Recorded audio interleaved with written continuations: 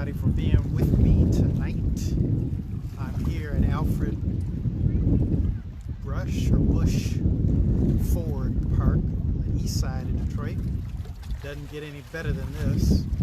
And got some high-powered guests who are coming tonight, but they're on the other end of the park. They're a surprise, so I'm not going to tell you who they are. But I've got a couple of smart guys who are going to be with me. And let me give you a preview about tomorrow. So we have worship service tomorrow at 8:30 in the morning right here on Facebook, but it'll be on the church page, Plymouth United Church of Christ, Detroit.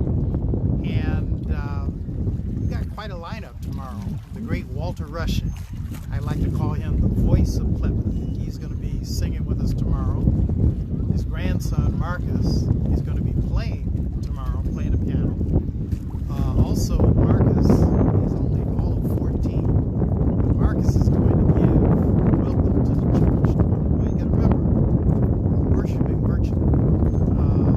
We're not worshiping in person. And I was getting weak. I was getting to the point where I said, the governor has lifted the stay-at-home order, and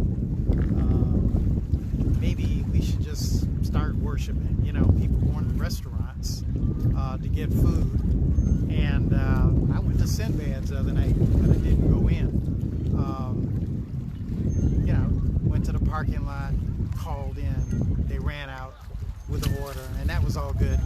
And as I was sitting there waiting for my wife's shrimp and scallops, and me with the sauteed whitefish, it gave me a lot of time to think. And as I was in the parking lot thinking, I said, shoot, maybe we ought to open up the church. And the President of the United States says that he's going to have a rally in Oklahoma, but everybody who comes into the rally has got to sign a waiver exempting the Republican National Party and himself, his campaign, from prosecution in case somebody contracts the coronavirus, and if somebody gets sick from the coronavirus. I started thinking about that, and I said, doggone it, if the president is going to make people sign a waiver, I said, what am I going to do? Am I going to ask people to sign a waiver to come into church? What kind of church would that be? Your Honor, what do you think about that? I know you can't comment, but I've got Her Honor here. She's got her arms folded. She's got her mask on. Now she's got her hands on her hips. And a pretty purse that I bought her. And red glasses. She really looks like something tonight. But I can't ask her because, she can't say anything like that. But I said to myself, if the president is going to make people sign a waiver to come in his presence in a closed space, I said, I'm not going to make people come into the church, before it's time. Oh, folks, we got our high-class visitors now. We got Tall Cotton tonight. And Chris, we got the treasure of the church. Amen. I don't know, those of you who are watching this, how many of you can have the treasure of church meet you on a Saturday night? Here he is. That's right. I want you right in the middle. Steve. We got my brother 2 nights in a row. Steve, stand next to Chris. I'm standing next to him. Huh? I'm next to him. You're next to him?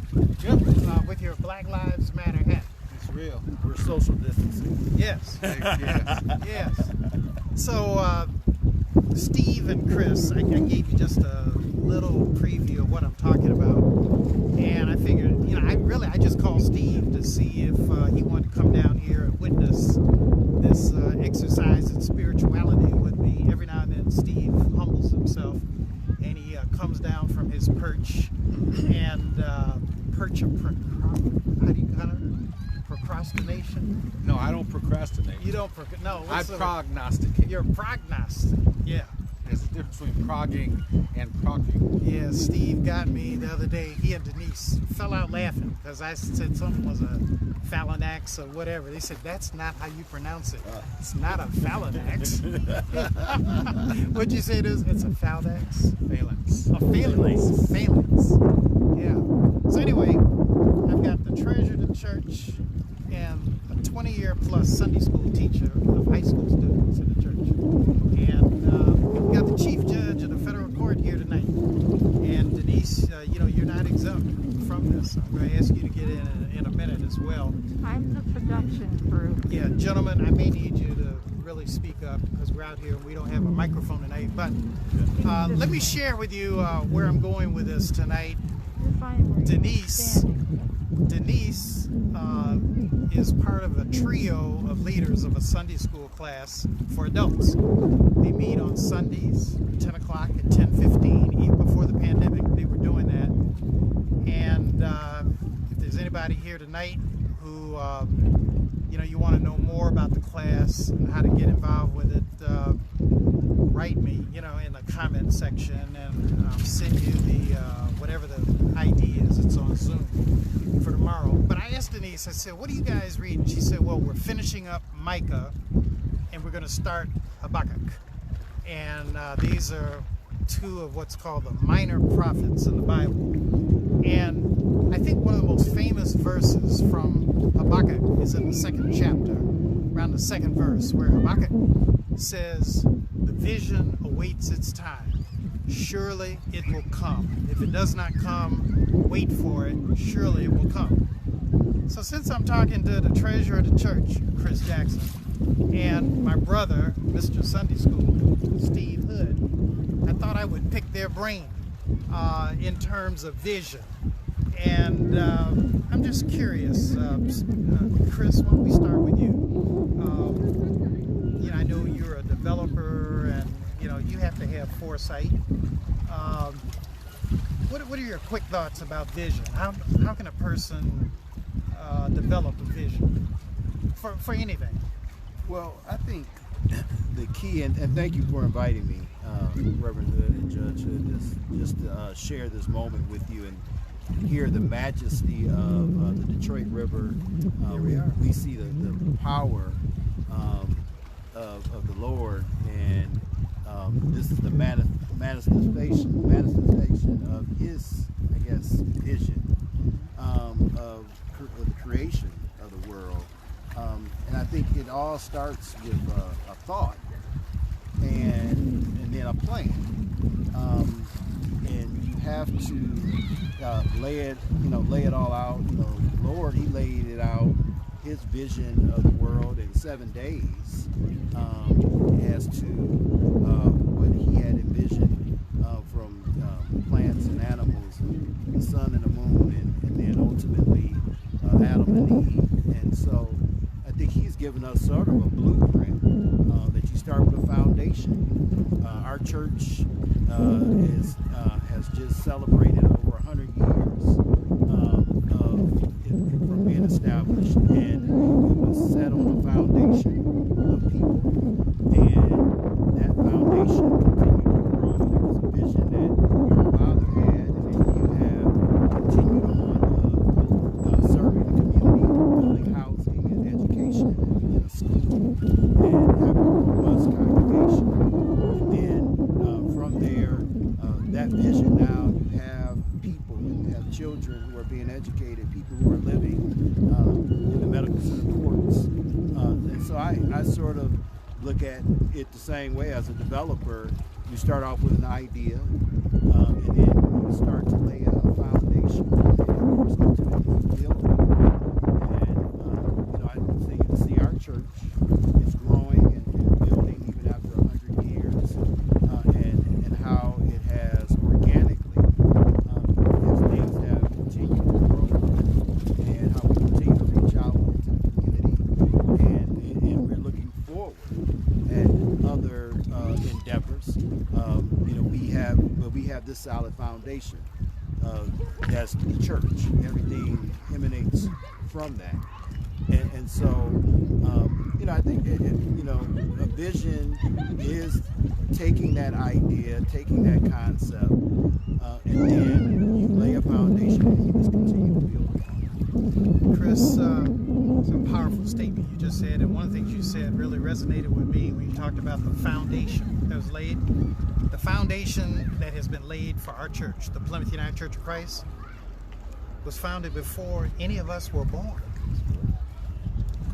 before my father was there. You know, there were people who were in the trenches. They had a vision of where they were going, and we are just the present day beneficiaries, but also the responsible parties to take the vision to the next level. Well, let's hear from the Sunday school teacher. Steve, Denise, can you just turn the camera on Steve? Steve, give us a thought about vision, man. In order to have vision, you have to release yourself from all preconceived notions as to what is possible. So, when somebody said that, going back to the church, you can't build a church here in the medical center, you can't build a thriving things in this dead area, my dad said, I rebuke that preconceived notion that we can't do that, and it's gone. It's gone, and thus you have Plymouth, and you have the Plymouth Mile of all the housing that it spurred and all that stuff. Beautiful thing, just like the movement that's going on now. We now have to get rid of our preconceived notions of what is possible when it comes to treating African Americans equitably in America. Some people would say it is impossible. I, for one, could never believe that NASCAR would ban a Confederate flag. And that kind of vision you must have the ability to get rid of the preconceived notion of what is possible. So vision is only hampered by preconceived notions of what is possible. This morning I rode this park on my way back from my ride. It was absolutely spotless except for one trash bag. That one trash bag is still here. Okay? That was the only thing here. Now it is absolutely filthy. But I have a vision that this park can be clean all the time. I have a vision this park can be clean all the time. I rebuke the preconceived notion that African Americans can't hang out at a park and not leave it nasty. Yeah, nasty. Anyway, that's all I have to say. All right, Steve, let me just say something. You mentioned about Dad and his vision for housing and also a location for the church. Our church is located 2 blocks from where it used to be, 514 Garfield. Now we're at 600 East Warren Avenue. But I don't know if you know this, either the two of you. Your father, my father, was dragged before a grand jury in the federal courthouse because he wanted to assemble that land. You know, 11 acres of housing, and then when you put all the other land together, it's about 40 acres. Right. All we don't have is the mule. That's a joke. But we talk about vision. Sometimes vision can take you in the wrong way. So, for example, one of the issues, that's being bantered around now with Black Lives Matter is not just defunding the police, and that's really maybe that's a misnomer. It's not really defunding the police. It's really shifting the priorities for the police. But the other thing is, there are 10 military bases, Army bases in the United States of America to date that are named after slave owners. And one of them is Fort Hood. Well, I want to get to Fort Hood. But these 10 military bases are there. It's really a form of appeasement. As I looked at the list that the New York Times gave of them, none of the generals, these were all Confederate generals, number one. Number two, they were slave owners. And number three, they were not great fighters. They were not great military leaders, even as Confederates. And then on top of that, number four, they were traitors to the government. One of those number 10, those 10 military bases, was named after a guy named John Bell Hood. John Bell Hood, who was known for his bravery and leading his men into battles they could not win. Right. My man. Well, let me tell you something else about John Bell Hood. John Bell Hood had a brother named William. William is your and my great-great-grandfather. And one of the things that made me cry is to learn that my this William... great-grandfather's name is Bill. Yeah, that Bill. Sucks. But it's so sad that we don't know who the woman was who he impregnated, who is our great-great-grandmother. she's just a nameless slave. And it made me want to cry, to learn about that. And this William Branch Hood is John Bell Hood's brother, and he was having babies all over the place. And a sister to John Bell Hood and William Branch Hood said, the next baby is mine. That's your great-great-grandfather, Nicholas Hood the first. Well, I always thought we were related to John Bell Hood. Now I learned something. Yeah, it's not John Bell Hood. But in a sense you are. You're related to his brother. No, but I thought you were a direct descendant of You're that. in Wow. the bloodline of John Bell Hood. But guess what?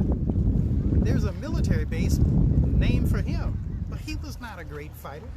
And the only reason why you had these Confederate generals who were, given the honor of having a military base named after them is because there were senators from the South who they lobbied the Congress of the United States, and they got their way.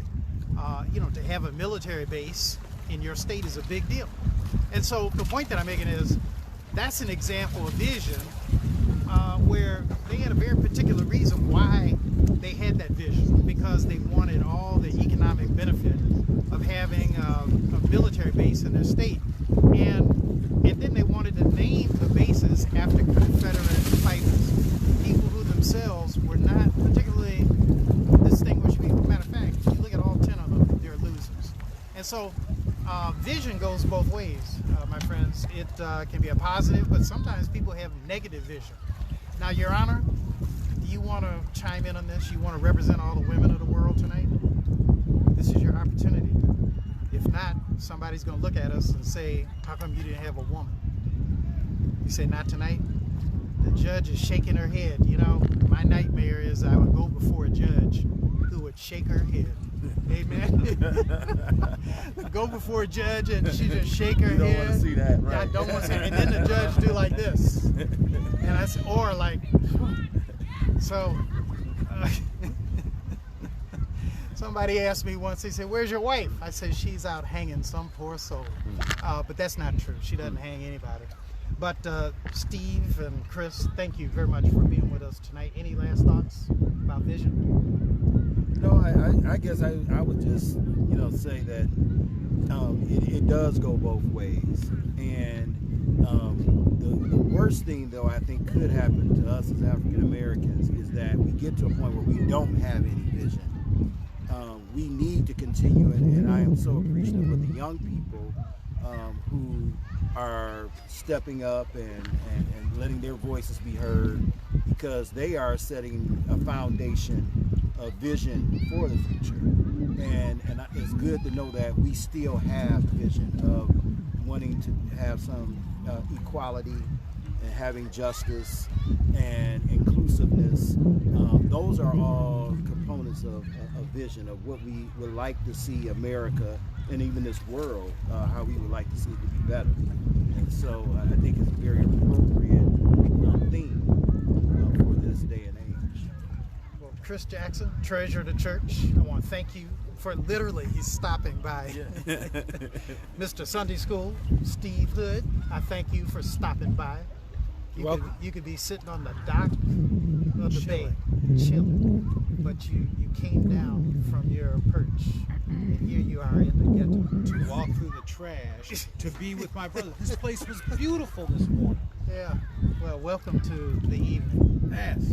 And Denise, I want to thank you for being here. And folk, I'm going to lead us in a prayer in just a moment. But let me just say that if you want to learn more or discuss more about Habakkuk, tomorrow, 10:15, we have an adult Sunday school class led by my wife, the one who's behind the camera tonight, and also Walter Willis and Steve Johnson. And if you just look on the church Facebook page, we'll have the protocols, the Zoom ID. And I hope you'll join them tomorrow. I want to pray tonight. I wrote the list down. I left it in the car. I was so excited to get here. But I'm praying for Camille Bailey. I'm praying for Ken Lowry. I'm praying for Claire Neal. I'm praying for, is is it Kurt Ted. Peterson. He's a friend of Merlene Coakley. I'm praying for Henrietta Carson's friend. I don't remember his name. It's Fortunato. Ted and I'm praying for, Ted and Jan Hunt. who is that? Ted and Jan Hunt. Ted and Jan Davis Hunt. Diane Rhodes. Denise I'm Lipscomb. praying for Diane Rhodes, but I'm also praying for her mother, Betty Smith, who's in the Elmwood nursing home. And we've got somebody else in the Elmwood nursing home. And I'm praying for her sister, Denise Lipscomb. If I left you off, count it to my head and not my heart. I invite you to join with me now in prayer. Gracious Master, our God, I pray in the name of Jesus that any person who's contracted the coronavirus will be healed. I pray for the souls of those who died. I pray for the children who are still trying to figure this virus out. I'm praying for the adults who are wondering how will they make it financially. I'm praying, oh Lord God, for the least of these, our brothers and sisters, the poor, the tired, and the hungry, that you might bless them. I'm praying right now, oh Lord God, for this nation. I pray for the world. And I pray that in the name of Jesus, oh Lord God, that we will strive for the best life possible. Protect any person who's protesting. Protect the police. Pierce the heart of the police. And enable them, oh Lord God, to start looking at the world a little differently. We pray today for those police who vandalized the office of Congressman Bobby Rush. We pray today, oh Lord God, for the police who brutalized and killed George Floyd and those who've killed and brutalized black people, particularly black men, for centuries. Oh Lord God, have mercy on their souls. And I pray that through this protest movement, that we might see a better nation, a better world in thy sight. Through Jesus Christ, our rock and redeemer, we pray. Amen. Amen. God bless. I hope you can watch our service tomorrow, 8:30 in the morning, right on Plymouth United Church of Christ, Detroit, on Facebook. God bless. God keep you. And remember, I am praying for you.